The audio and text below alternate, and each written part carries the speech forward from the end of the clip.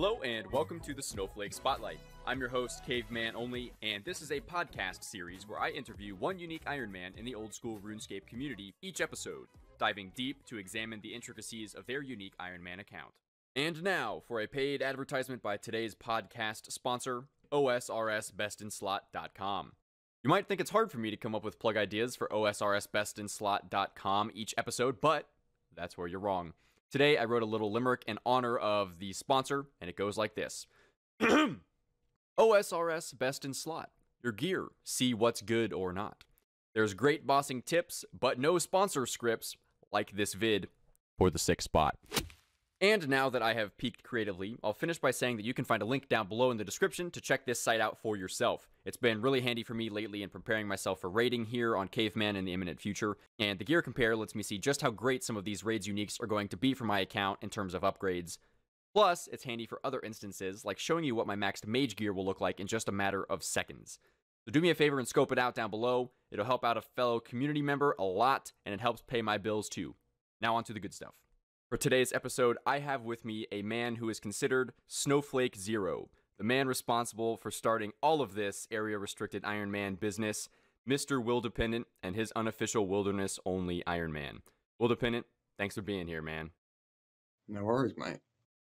Now, as an underground Ironman, always got to ask this off the bat out of natural curiosity. How is the weather in the wilderness today? Dark. Dark? Oh, yeah, just dark like I like dingy, it. Yeah. That sounds right up my alley, man. Nice. Well, hey, thanks for being here so much. I really appreciate you taking your time out of your day to do this. Let's jump straight in, as always. So why don't you go ahead and start and give us a little bit of a personal background without, doxing yourself there. Yeah, no worries. So I'm called Finn. I'm from the southwest of England. Live by the coast. I'm half Danish, and yeah, I'm 25. I live in a bungalow with my missus and a cat, and hopefully soon we'll get a dog. And yeah, that's pretty much it, I guess. Very nice, man. Sounds like you're living the life there. Now, how long have you been playing RuneScape? I know you've been making videos for quite a few years now, but how long have you actually been playing the game? I don't actually know the year that I first logged in, but I'm pretty sure it was like RuneScape Classic time. So wow, so a long time. 1 or 2 or something like that. Yeah. Wow. So a true OG, man. Yeah, too long probably. In more ways than one. Now, the unique thing about you, of course, is that you have been doing this as we call it now in 2019, this Snowflake business. You've been doing this for a long time. So when exactly did you first start your Wildependant series? So I think it was 2014. So yeah, 5 years ago now. Yeah, that's absolutely wild. I mean, I know that a lot of people probably listening to these podcasts now have just come into this community and have just found out about this kind of like special area restricted type business. But you were the man that started it all, as far as I'm aware. Okay. Well, you sound a little hesitant. So talk to me about what your inspiration was for creating this account. Are you the first like wilderness Ironman? I mean, to my knowledge, you are. Yeah, I think I was, but yeah, so I basically like watched Boaty's one man army series. Okay. Well, I watched a bit of it. I didn't, I don't really camp YouTube series as such. I just watch them. But I noticed it in the background, and I thought, oh, that's a really good idea. And at the time, I still am a garden landscaper, but I was, working for a firm, and they said, you can. I had to take my holidays in the summer. I was like, oh, okay, where do I go? And at the time, I didn't have a girlfriend. I didn't really have much going for me. I had a car, a little banged up Peugeot 205. I thought, well, I want to go on like a little mission. So I decided to go to Scotland, up in the Highlands. And for those that don't know, it's like a 10-hour drive, and ended up camping out in the Scottish Highlands. And yeah, I remember being up there and just being like, well, there's not much going on in RuneScape for me. How about kind of implementing that into RuneScape in some weird way, and thinking, I could try and survive in the wild in RuneScape as well as, trying to do it I was only there for 5 days or something. But yeah, thought, well, I mean, that's kind of a cool backstory. I mean, it's a little more inspirational than I was expecting, frankly, but it's a bit sad, but yeah. Well, I kind of like that though. So now, out of all of the places to limit yourself, you chose the wilderness, of course, and you just spoke a bit about that. But I mean, prior to doing this Wildependant series, did you have any like PvP or clanning background? Yeah, people think that I'm good at PKing and that sort of thing. I'm really not, but I just enjoy the wilderness. I think it's like, you know, PKing people and escaping from people and dying to massive clans. I just find that fun personally. I was massively into the free-to-play scene back in like old school RuneScape as such. JX started, you know, like updating the game way too much and adding, I just thought summoning and that sort of thing was too much. So I simplified it and went to free-to-play. And since then, I've just really enjoyed PKing and free-to-play and that sort of thing. Nice, man, nice. So one-man army was the thing that kind of sparked the idea in your head, I guess. In terms of RuneScape, and then your kind of personal adventures as well. For those who don't know, since the series is, you know, 5 years old now, go ahead and just give us a general rundown of the rules of Wildependant and the unofficial Wilderness Ironman series. Because again, you made your account like, what, 4 to 6 months before Ironman mode was even a thing. Yeah. Yeah, so go ahead and give us a rundown of the rules. Okay, well, to be fair, my YouTube channel was so little then. I had like 300 subscribers, so I didn't really think it through that well. But obviously, the main rule, I can't trade anyone. Right. I need to stay within the wilderness restrictions, at the time at least, until the series started getting a bit stale, and I had to kind of, you know, adapt that. But yeah, mainly just can't trade anyone, and I could also PK people, and any loot I got off them, I was allowed to keep. Yeah, other rules I had, I mean, that's pretty much it. Yeah, so I mean, it's pretty straightforward, but so it's essentially like a self-sufficient Wilderness Ironman account. You just mentioned that when you first started, you know, obviously anyone starting out with content creation is going to start off small.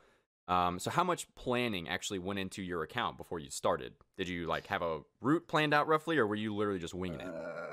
None. Yeah, I literally winged it because, like I said, like I said, I had 300 subs. I did not expect it to like take off as such. Right. So I just thought, well, I'm going to stay in the WD and, you know, record my progress and see what happens really. And week by week, my sub count was going up and up, and the views were getting big. And yeah, I just was not expecting it to take off as well as it did, really, which is kind of annoying looking back on it because. Like if I was to do it now, I would do a lot of things different, you know, set like an end goal. At the time, there's no end goal or anything, but yeah, I kind of regret not doing that now. You know, hindsight is 20/20. Shouldas, wouldas, and couldas will never be dids. I feel this. I'm in the same boat, man. That when I started, I really had no idea what I was doing, and I just kind of I had some rough rules, obviously, as you did, like don't leave the wilderness, don't leave underground areas, and and then you realize, you know. Right, you gotta adapt to the circumstances. Yeah. Okay, so I guess when you started the account, then did you envision playing it for as long as you actually did? Yeah, I mean, we all like playing RuneScape, so I guess for me, getting the attention I was getting from recording the Wildy Ironman videos was like like an addition to playing RuneScape. So yeah, I just kept playing and playing, and. Yeah, I was in like a pure clan before I started, and that went bust. They all abandoned. So for me, that was it was the only reason really to log in. Yeah, it makes a lot of sense. I mean, I like to say that once you find RuneScape, you're here forever. So you might as well find a way to enjoy it. And you know, so it sounds like you did that. And Wildependant has existed for many years now, in different variations too. Talk to me about the progression of the account Wildependant, because I know that just having watched your videos for so long, that there were kind of several phases of Wildependant, that you played the account and you had several kind of mini series on Wildependant, then you took a break, and then you had a new account, and then you brought Wildependant back. So talk to me about the progression of Wildependant over the years. So Wildependant started obviously as level 3, so pure, but that stayed as a pure for quite a long time. And then I think it must have been series 8.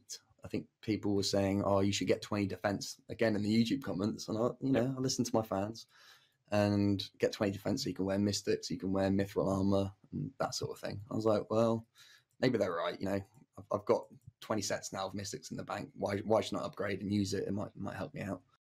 So I decided to go for, like I say, 20 defense. And I stuck with that until the end of that series, which was episode 8, series 5, I believe. So that was a couple of years. And then I took the, long break over the summer. I think after that, I went into Wildy Reborn. That's right. We did Barrow Brothers, which was a 6-man series in the PvP worlds. But then whilst I was doing that, I started up Wildy Reborn, which was the pure Wildy Ironman. And that was like strictly pure only, TB into Entangle, and then stairs are pure. And yeah, that's still there. That's still a pure account, level 70 something. Mm-hmm. And then a couple of years after that, in between, again, other series that I've been doing, I decided to do the Return of Wildependant. But I thought I'd get 45 defense, so I could use Warrior Helms and Berserker Helms, that sort of thing. That's after the Wildy Slayer came out and all that. So I thought, start as a Berserker, and like a Terror Berserker without torso, without bee gloves, that sort of thing. And then just played that account, Return of Wildependant, for 17 episodes, I think I did. Again, probably not enough. I get quite distracted easily, and just want to do another series after another series. I can never. I should really set an end goal, which I have been doing lately on my latest series, but I just find it quite hard to stick with one thing. What I want to know in particular off the bat here, and this is something that is going to be unique compared to, I think, most area-restricted Ironman, because again, it's the wilderness and, people can kill you. That's what it's about. Talk to me about the most demotivating moment on your account of all time. Of all time? Yeah. Losing a blowpipe. Definitely. Losing a blowpipe. Wow. PKing a blowpipe was definitely the best moment. And then getting skull tripped at Rune Rocks for Fury and blowpipe was definitely the most demotivating. But playing a Wildy Ironman in general is just, it's like amazing, but also very demotivating. Yeah, so you spend all your time looting sharks, for example, Edgeful worlds. Bounty Hunter world, and you get a whole inventory, and then you go up PK, and you're about to go out, and you get banged out by a main, and then you lose everything, and then you have to start again. That's the most demotivating, really. But then also big ticket items like blowpipe, gaining that and then losing it is the worst thing. That's high risk, high reward, I guess. That's the name of the game in the wilderness. Yeah, I suppose. Man, okay. So what about as far as the self-sufficient part of your account goes, and the skilling grinds that you had to do in the wilderness? Yeah. What was the most difficult skilling grind or hurdle that you had to overcome on Wildependant? Probably what you've just been doing, which is monkey bars. Ah, yes. Yeah, that's, what is it? Is it 15? Is it level 15 to start on monkey bars? Yeah, level 15 agility. Yeah, 15. Yeah, so I did that in a PvP world. I've got 1 to 15. And then, to get to 52 in order to do the wilderness agility, that was a grind. But to be fair, a lot of grinds at the beginning as well. Just lamps to 15 smithing in order to do iron, that sort of thing. It's there's quite a lot of little grinds that are horrible. But to be honest with you, I'm not the best or the most efficient skiller. I don't enjoy skilling either. So for me, anything to do with skilling is horrible. Shrimps to 40.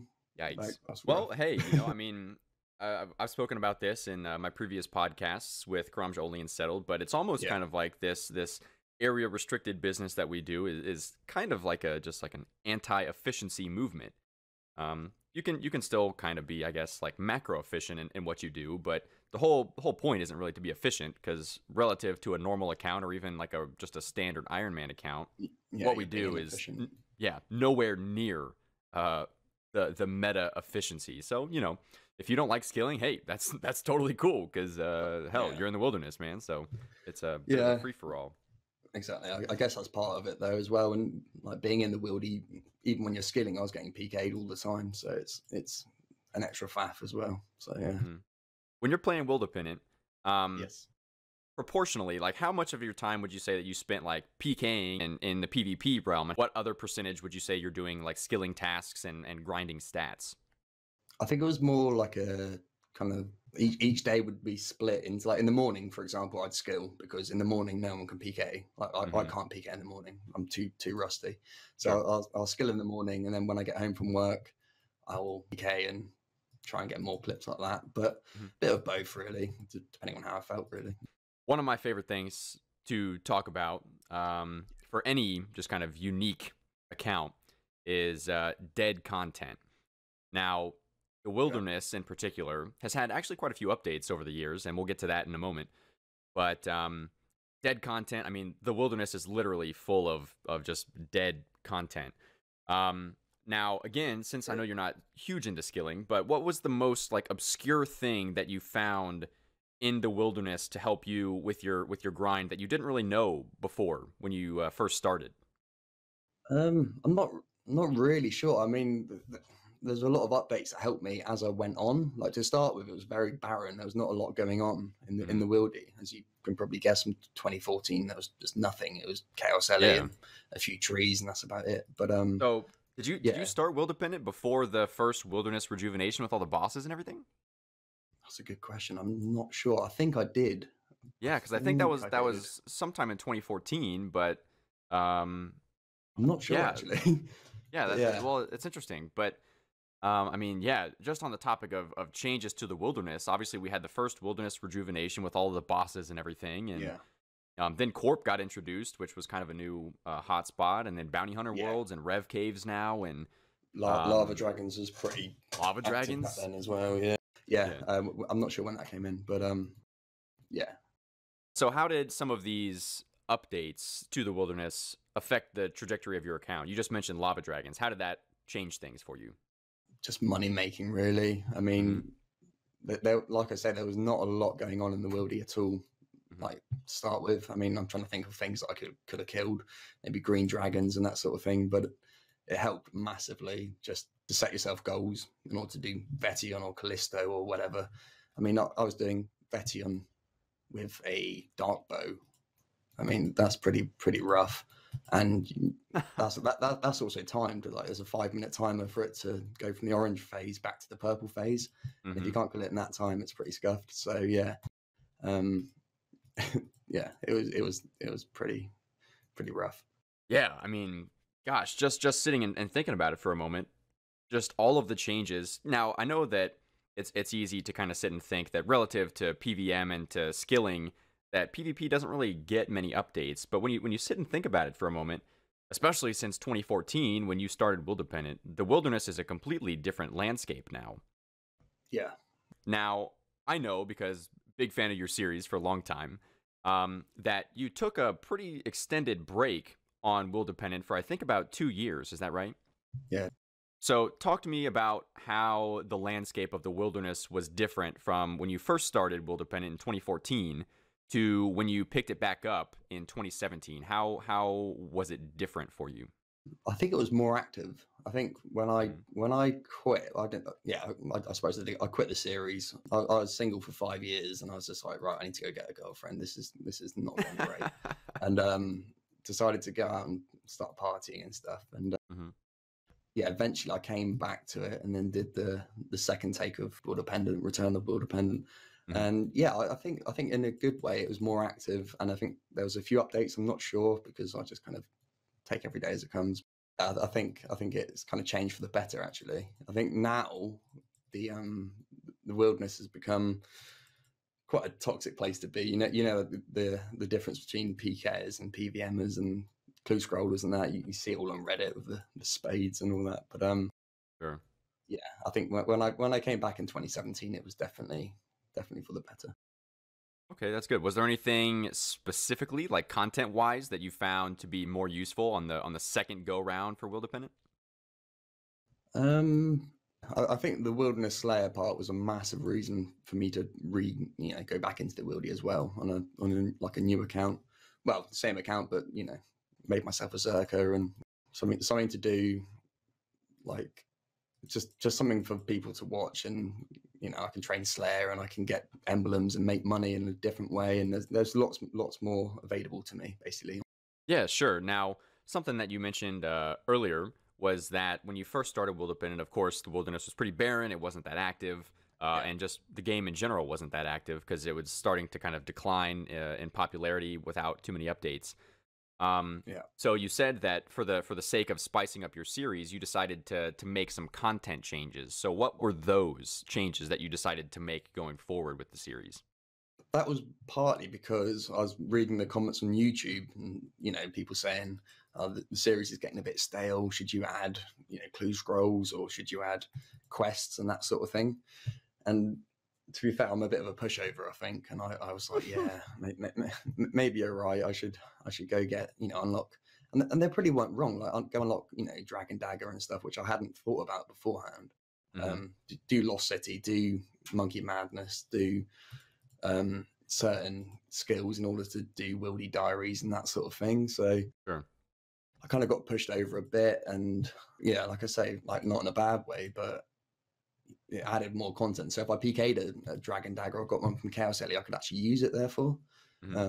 So I thought that was quite important, but maybe again, looking back on it, I could have said I should have done this in a better way and unlocked that before I even started the account, perhaps. Yeah, I think that's a very good point. This is something that I spoke with Settled about on the last podcast, was the role that the community plays in sort of deciding or helping you decide the trajectory of your account. Now, in my experience, whenever you ask for feedback from the YouTube comments section or Reddit or anywhere, generally I've found that people are going to always be in favor of adding more content, which can be good, but sometimes can be detrimental to the account and just the overall integrity and difficulty of what you're doing. So, is there anything in particular in retrospect that you decided to do after you had started your account, like a quest, for example, that you wish in retrospect that you hadn't done? Perhaps clue scrolls. I mean, I came up with a pretty rubbish idea on how to unlock clue scrolls. It was to kill 3 guys unskulled or 1 guy skulled, or there was a skilling goal as well. It just got too complicated. I mean, I can't even think of it now. It's so complicated. But yeah, sure. Yeah, I just think, and also I spent pretty much 80% of my time out of the wilderness, which is not the point of the account. So I probably should have just said no to clue scrolls. Yeah, that makes sense. Yeah, clue scrolls are tough. I struggle with that from time to time on Caveman, and then also briefly I had a castle only series, which had its pluses and minuses. But one of the minuses, I think, in retrospect about that account again was clue scrolls, and just they're too ambiguous and all over the place, and really take you out of your limitations, and really just for the sake of like content, maybe if you get a good reward or something. Let's talk about some of the big achievements that you had on Wildependant throughout the years. So what is the achievement that you had on Wildependant that gave you just the most elation? I know we talked about the blowpipe. Were there any other like big loots that you had over the years, or any big PKs? I'd say on my Wildy Reborn account, which for those that don't know, that's my pure Wildy Ironman. So Wildependant originally was a pure, and then I made it a 20 defense account, and then I came back on another account as a pure. And on that account, I got the KBD pet on KC1. Wow. I was just staring at it like, that can't be right. Like, this is some glitch. Like, literally, what was I, level 61 or something? Red D hide, Addy crossbow, and I got the pet on KC1. Another one on that account, I think I got a Fury on that account off some random guy at Rune Rocks. And then also on the Return of Wildependant, which is using Wildependant, but instead of 20 defense, I bumped it up to 45. I think the best PK I've got was the AGS. In fact, I got 2. And the first one was pretty dubious, like as in I pretty much killed him. I smited him, and then his mate killed me or something like that. And then I came back on my main and barraged him and got the kill, returned, and there's an AGS on the floor. So it's quite controversial in that sense. Right, I remember that controversy. Yeah. And then literally the next episode, I PK'd another guy for an AGS. So I was like, oh, okay, happy days. Yeah. Just an AGS. I mean, that is such an iconic weapon to PK. Yeah, that is absolutely unbelievable. On the topic of the Return of Wildependant there, viewer question, Alt Pure wants to know, are there any plans to revive Wildependant? And if so, would you start a fresh account or continue on the current Wildependant account? Good question. I get that a lot, actually. In every series I do, I upload a video and there's bring back Wildependant. The problem is I've got a full-time job. So I work Monday to Friday, 7 a.m. till pretty much, what time is it now? 7 p.m., nearly 8 p.m. So I get like 2 or 3 hours of RuneScape if I'm lucky in the evenings, and that's neglecting my girlfriend as well. So my point is, I don't have. We can't do that. Much time.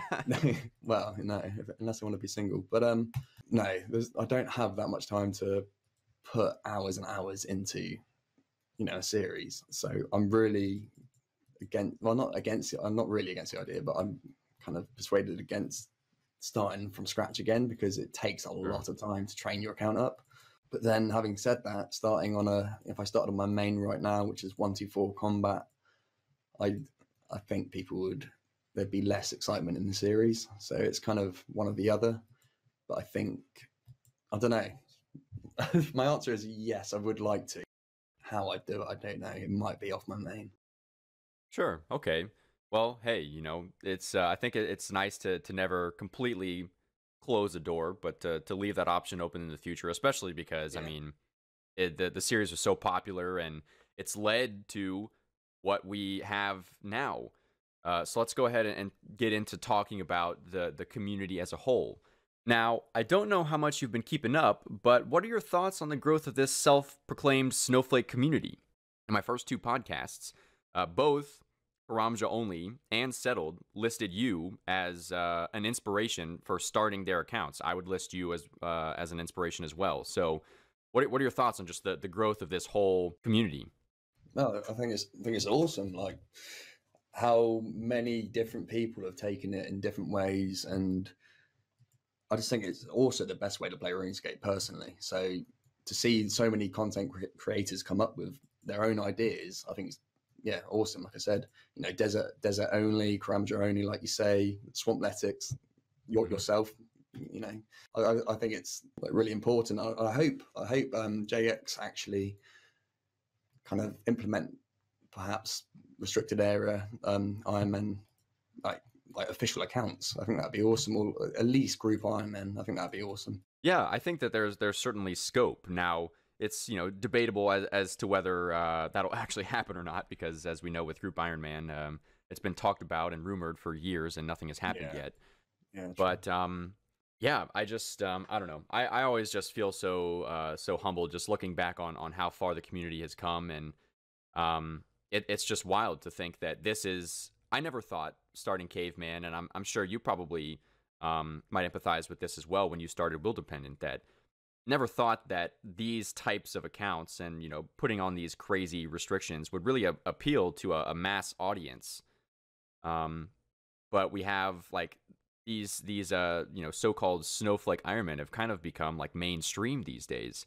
Yeah, it's probably the most watched YouTube content actually out there at the moment, I think. Why do you think that is? I just think people like seeing other people train their accounts in pain. I think that's all it is. living vicariously through others. Yeah, I mean, it's not the most, like we said earlier, it's not the most efficient way of playing RuneScape, but it's the most entertaining. I mean, the amount of times I've done a series and then after that, sold up, like say 2 guys, 2 bill, for example. We've got 1 bill each. I bought max gear. I've gone off to do a raid, and we get an ancestral hat. And it's just crap. Like, I don't need that hat. I mean, that's 15 mil. I don't need that. If you know what I mean. Like, to get an item. If on our latest series, 4 guys, 4 bill, first episode we get a black mask. That is awesome. Like, we're ecstatic. You do that in normal RuneScape, that's just great. That's another 1 mil in the bank. Like, I just think rebuild accounts and restricted accounts are also just the way to play RuneScape at the moment. Yeah, it just, especially because the game has been out for, close to 2 decades now. It's like everyone's pretty much figured out the way to play the game at this point and how to make money and that kind of thing. And achievements just seem to lose meaning over time. Then you put these crazy restrictions on your account, and all of a sudden that fixes that problem. Yeah, it's a way to like strip it back almost. Right, exactly. So, and be a noob again. Yeah, exactly. It's completely experiencing the game in a whole new light, and it's the same kind of thing when Iron Man mode came out in 2014. It just gave people a fresh set of eyes to experience the game with, and this is that same type of feeling, just taking it one step further. Yeah. Speaking of official Ironman, would you ever play an official Wilderness-only Ironman? Because obviously Wildependant was unofficial because that predated Ironman mode, but would you ever take the step to play an official Ironman, which means that you wouldn't be able to loot in PvP? No, because I just think the whole point of having a wildy Ironman is to see what someone's risking. You see them when they're skulled, and you know they're risking a fury, and you PK them and you get the fury, and then therefore it's your fury. Right. It's kind of like, yeah, you see what's on stake, and you kill them, and you take it, and it's yours. Therefore, I can see why people would want to play an official Ironman, but I just think the whole point of having a wildy Ironman account is also to have the aspect of PKing. So, no. Yeah, I agree 100%. And I've seen a few people, in your footsteps, kind of make their own official Wilderness Ironman.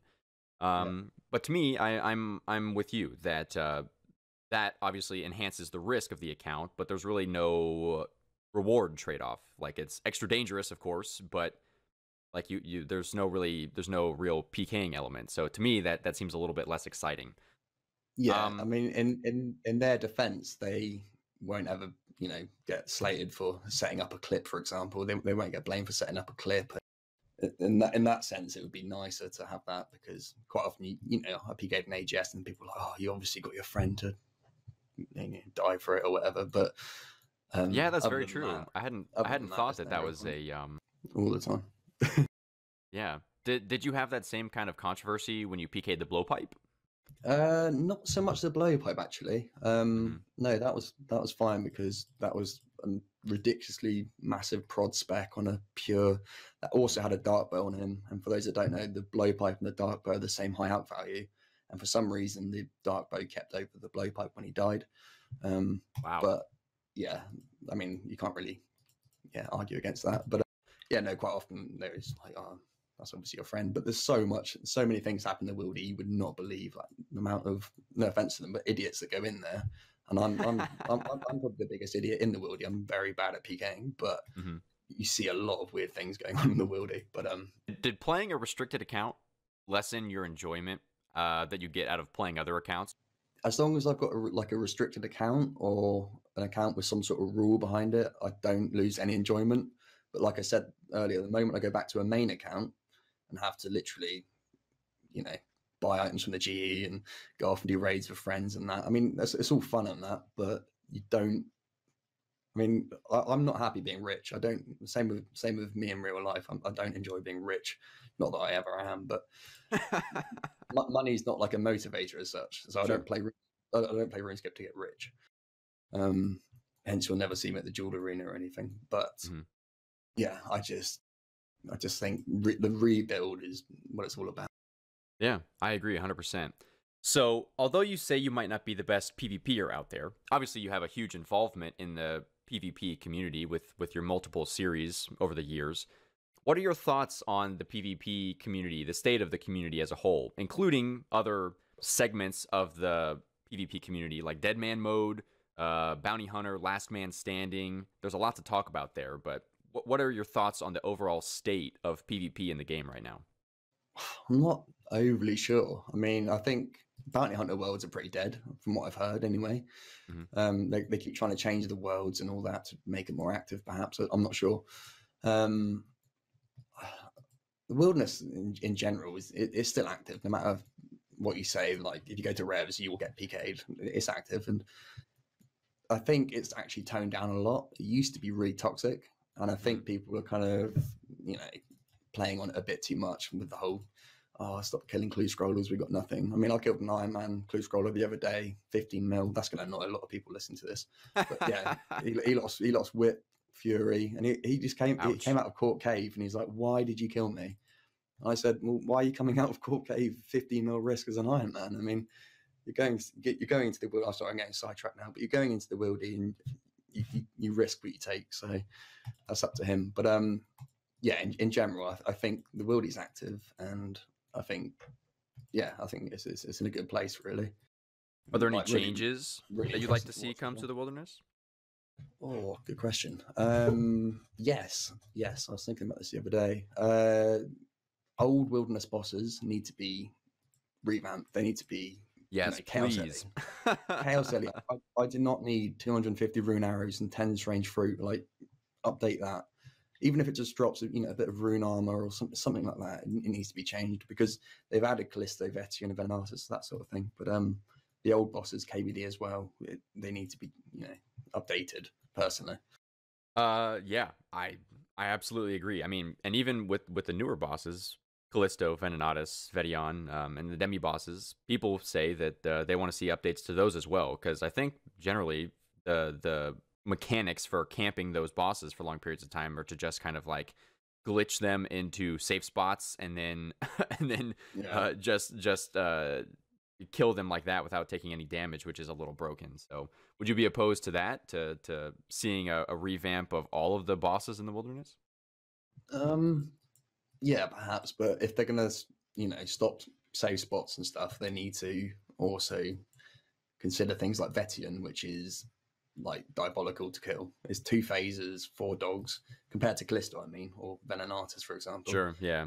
Like, I don't know how that's even like an even match, but I guess that's why Ring of Gods is more valuable than a Treasonous Ring, for example. But I don't think you should take out save spots. I mean, people are always going to find ways of getting around that sort of thing. So I wouldn't be too concerned about that. But and I wouldn't even. I think the wildy bosses, the main ones, the main 3, I think they're fine. But feel free to add more ones or change the old ones. But yeah, I'm happy with Callisto and all that lot. Here's another viewer question for you from Paleo Sam. He says, which player has made the greatest impression on you in the wilderness, either positive or negative? Now, that could either be a content creator, a personal friend, just some random guy that you encountered, on your adventures that made some type of impact on you. Which player made the greatest impression on you in the wilderness? I'm gonna have to be really boring and say Boaty because that's okay. I mean, he's the man. Yeah, I know that. That's probably everyone's person, but he's the reason I got into PKing in the first place, like way back watching his videos, and also why I started up this account as well. So yeah, for me, it's probably him. There's lots of other people that I've watched streams and also met in the wildy throughout my community as well, and all the boys I've done my series with, Amenity being one of them. Probably, he's a good brid. Alex Put Up Son, Framed. Like, there's a lot of people that have kind of inspired me in their own ways, that I've enjoyed PKing with and that sort of thing. So yeah, a lot of people, but I'd say Boaty's probably going to be at the top of that list. Yeah, absolutely. I agree.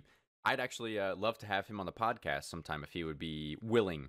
What advice do you have for someone wanting to start up a wilderness-only account in this day and age? Record it.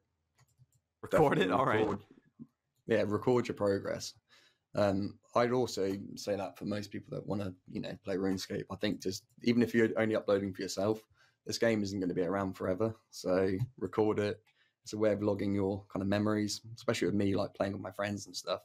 I can look back on it. I'm already doing it now, looking back at, Wildependant or Barry Brothers or whatever series I've done. And you go, oh, I forgot that happened. And so definitely just record what you're doing. Wildy account, like the actual wilderness aspect alone, I just suggest looting a lot at Edgeville and get as much food as you can, because it's depressing when you die. Sure.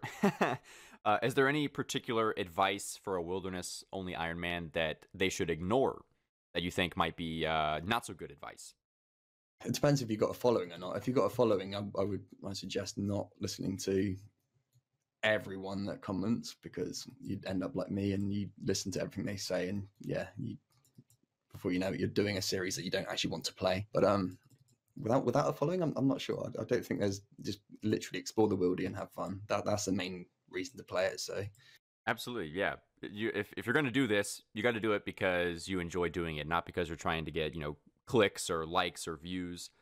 But I think that is good advice, especially for someone who might already have something of an established following, is that you should really be the sole proprietor of your integrity and maintaining the difficulty of your account. Because again, as I said earlier, if you ask an audience whether or not they want more or less content for a series, they are almost always going to vote yes without fail. We see that in the polling system in the game too, that if people have an option for more content or less, most people are going to vote for more.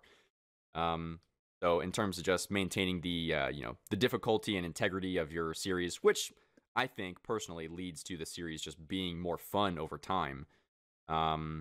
That's a good way to go. Is don't completely ignore your community, but take it with a grain of salt. Yeah. What's the best way for people to reach you?